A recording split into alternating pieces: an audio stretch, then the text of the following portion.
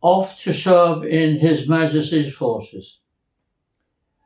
When you told us you were joining up, we hoped this day would never come. But now it's arrived, and tomorrow you'll be saying goodbye to us, son. Have you got everything packed? Take extra soap, toothpaste and a comb. It might be quite a while before you can ever get back home. We know they'll keep you busy, but don't forget to write. And don't worry about us or your sisters. We'll make out all right. The way the dog is keeping close to you, it's as though he seems to know, for you've always been very close to him. He'll miss you when you go. We'll have some friends over tonight for a farewell party. Have a few drinks, reminisce a bit, and all get merry and hearty. So we welcome this opportunity, son, to tell you how proud we are of you, and know now we'll be able to stop bloody Hitler, for you young lads will see us through. Right? All right, thank you. It says His Majesty, but I've never known anyone to be Majesty but the Queen. Who was the king back then? No. George VI. What did you think of him? Well, he was a friendly man, yeah. I mean, what do you think of any of them? That, you know, if you're anti-royalty, you don't think much of them. If the other way, I like the royalty very much. Okay. Yeah, they got all them castles to be occupied, and this, I don't know what they. But I mean, my mother used to be my daughter's sisters. Anything to do with that royalty, that queen, they were up there. We had about 10 miles to go. They'd be leaving 2, 3 o'clock in the morning with their little bags, where they're going to sit on the curb for a couple of 3 hours, them and thousands more, just to wave to that queen as she went by.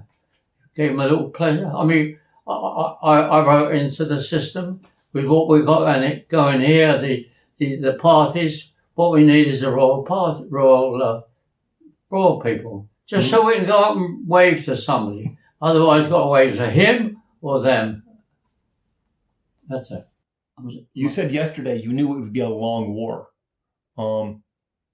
Did you think were you going to be able to visit home, or were you gone for the entire duration?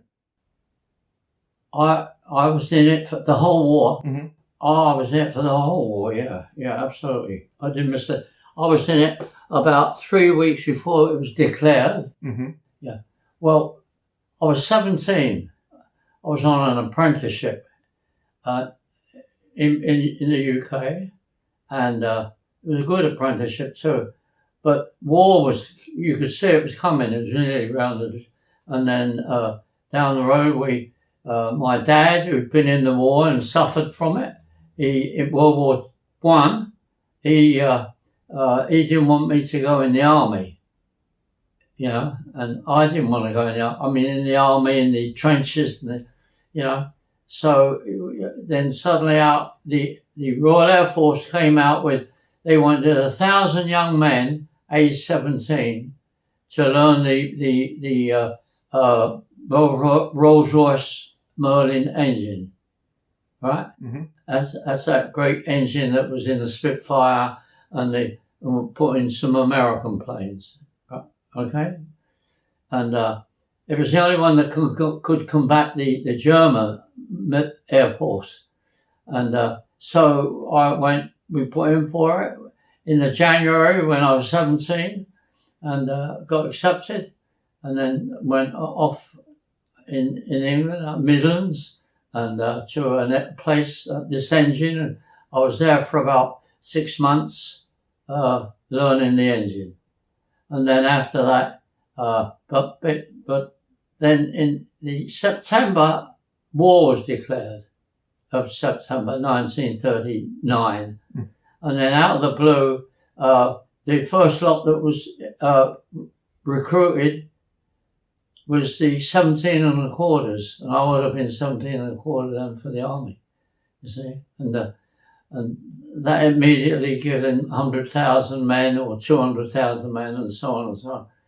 So that's it. But I just beat and I was now in the Air Force. I mean, I'm glad I did, because I was never in no trenches or anything like that. I was in the comfort of a station, a squadron, in a bed and things like that, and so on, so on. So it was a good choice for me. You said you had an apprenticeship. What were you apprenticed as? In the early, this was a tool and die maker. A tool and die maker. Yeah, it was one of the best. And my dad had got me it. I was the only son. My dad had got it, and I went to a central school, like an improvement over the local school, and from that we did all right. And then when I was the month before the war started, you could see it was going to come, and I was doing this trade, this tool and die, and my dad telling me, I don't want you to go in the trenches, and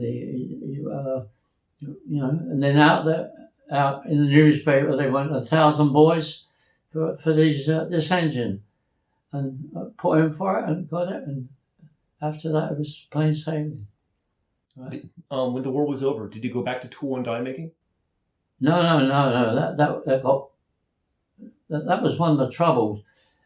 More so in London, half the different occupations before the war wasn't there no more. No, it just got wiped out. It's no good. Wars are no good at all. And so that was it. And